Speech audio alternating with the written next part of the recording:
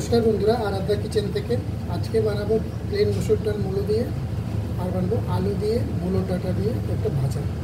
খুব ভুজিয়া খুব সুন্দর হয়, টেস্ট হয় খেতে। তো দেখো কীভাবে মসুর ডালটাকে ধুয়ে মূলো দিয়ে আমি সিদ্ধ করে নিয়েছি।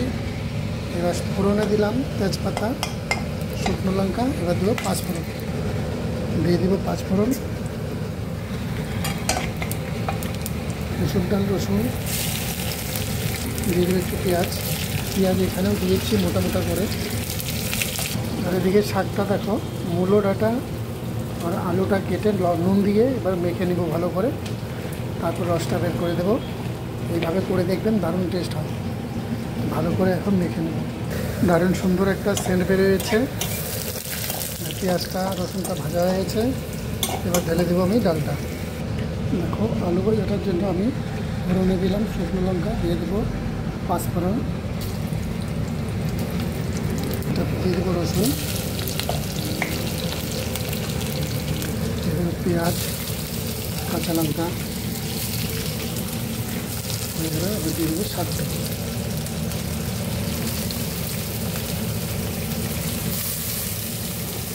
শাকটা দিয়ে দিলাম, এবার একটু ঢেকে দেবো সিদ্ধ হওয়ার জন্য।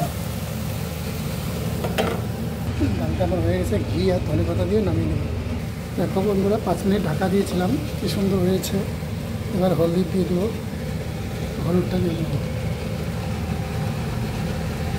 মিলিয়ে দিচ্ছি।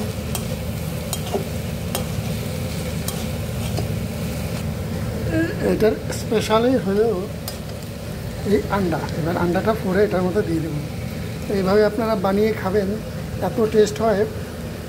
মূলোর ডাঁটা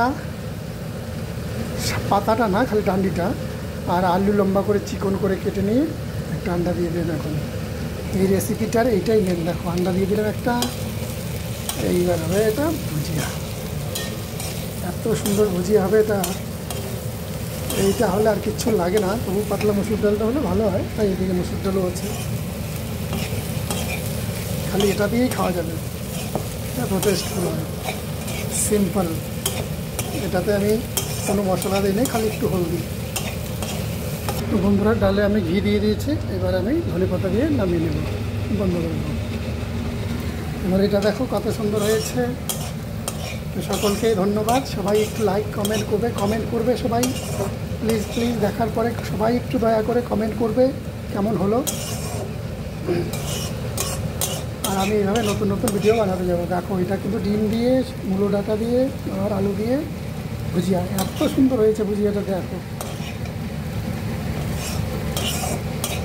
অসংখ্য অসংখ্য ধন্যবাদ সকলকেই।